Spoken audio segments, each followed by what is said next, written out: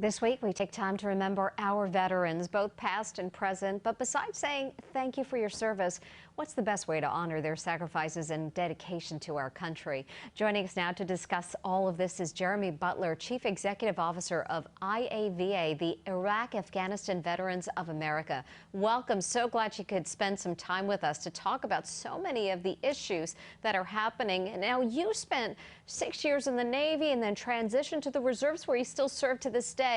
And you've been with the IAVA since 2015. Please tell me about the organization. Thank you. It's great to have you have me on the show. I really appreciate it. And yeah, IAVA is an incredible organization. We are primarily an advocacy organization. What we do is we fight in Washington, D.C. and around the country to advance legislation, to change policy, to make sure lawmakers, administrators at the VA, Department of Defense, within the White House, all understand the reality of what's going on with veterans. Too often, our message, the message that veterans across the country are trying to convey to the leadership, gets distorted by politicians that sometimes have an agenda, by others that don't necessarily understand the full picture. So what we try and do is make sure that the decision makers, the leadership, gets a true, unvarnished understanding of what veterans need. And so we do that by talking to them directly here in Washington, D.C. and in New York City. We bring veterans into these offices so that they can speak directly. And then we also try and raise awareness around the country by doing things like this, speaking on the media, but speaking out to the civilian community, to those that care about our veterans, to make sure that they understand the reality of what's going on, and more importantly, how they can help to make sure that we bring about the correct, positive changes that our veteran community needs. And what do you think are the most pressing issues for IAVA today?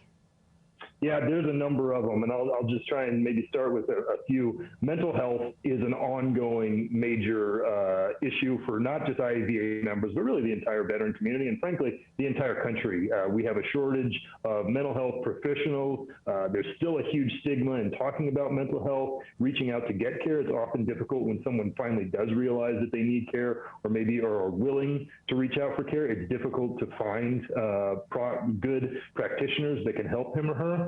So that is an ongoing top concern of ours. Some legislation was passed last year, and we want to make sure that it is implemented fully to get to those many veterans that still need help. Another big one is toxic exposure. Burn pits are something that you hear a lot about, but it's really a broader issue of many, many veterans and military members getting exposed to toxic substances while they served, often while on deployment, but sometimes it's still right here in the United States. And then down the road, they get sick, they get cancers, they get very rare illnesses from these. And more often than not, the government refuses to accept that those injuries, those illnesses were caused by the exposures they had. So those are two of the biggest issues that we're focused on, really, especially on the legislative front. But beyond that, we want to make sure there's a global war on terrorism memorial. We want to make sure that women veterans are getting the respect and the treatment they need.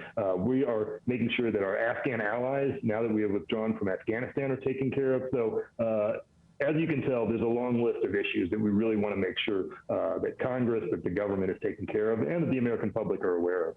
And you mentioned two key pieces of legislation, one in the House, one in the Senate. They provide VA disability benefits and health care to veterans who have been exposed and are suffering from toxic exposures. U.S. Senator Gillibrand of New York is urging Congress to pass the legislation. We send these brave service members into duty, onto the front lines of the war on terror all across the globe. They expose themselves to the most dangerous conditions known to this world. We ask them to live in places around the world where burn pits were used to destroy everything from electronics to clothing to building materials to human waste, and they breathed in those toxins all day long, all night long, a toxic sludge of carcinogens. Now they are sick, dying. Many have already passed. God rest their souls. We have a responsibility, we have an obligation to them, to their families. To deny them the care that they need today is a dereliction of our duty as Americans. We're hearing Senator Gillibrand speak out. Are you confident that the legislation will pass?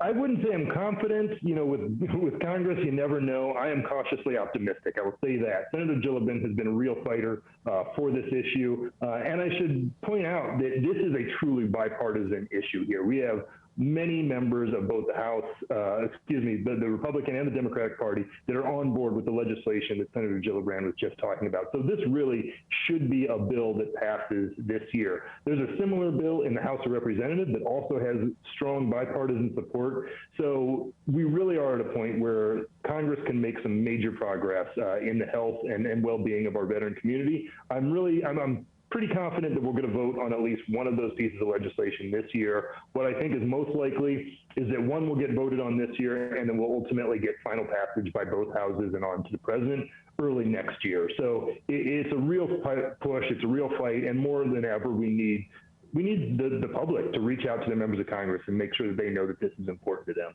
And I wanted to ask you how veterans can reach out. There's a program called the Quick Reaction Force. Your organization is home to so many wonderful programs, but can I ask you specifically about that one? Yeah, please. Thank you. So the Quick Reaction Force QRF, it's 24/7 available. You can call, you can just go online to quickreactionforce.org and basically put in some brief contact information, and you'll get connected very quickly, in fact, in whatever time frame you're looking for, with a veteran counselor who can talk to you about whatever issues you're facing. And it is, again, open 24/7. It's totally free. And what that veteran counselor will do is make sure that they understand whatever it is that you need help with, and make sure you're connected to really solid, reliable resources around the country, wherever it is that you might need help. And this can be anything from, I just want to access the GI Bill to, I really need mental health support. I need physical health support. I'm having trouble accessing my VA medical care, whatever it might be. Quick Reaction Force is there to help. And another program that we have, since we were just talking about it, is our Take Action pages. If you go to IAVA.org, we have a number of Take Action pages where you can very quickly, 30 seconds, put in your information and send letters to your members of Congress to tell them that you support things like the toxic exposure legislation and other pieces of legislation that we support. And this year, your group is sponsoring the Support America's Veterans March to celebrate veterans. How can everyday people get involved with this? Yeah, thank you for bringing that up. So, this really sprung out of last year when the New York City Veterans Day Parade was canceled due to the pandemic. We really want to make sure that folks still had an opportunity to get outside, march, do something to honor and remember those veterans that have worn the uniform throughout the years. And the SAV March is an opportunity to do that. You can take part in local marches and parades that are around, or you can just go out and do your own. But if you go there, it is also a fundraiser for IAVA's work. What we're trying to do is get people to pledge $100 per mile and then get out there and make sure that you're walking, you're marching, you're rucking, you're doing whatever it is to honor and remember veterans around the country on Thursday, on Veterans Day. Well, we really appreciate your time, and it was so lovely to speak with you. Thank you so much, and thank you for everything that you do.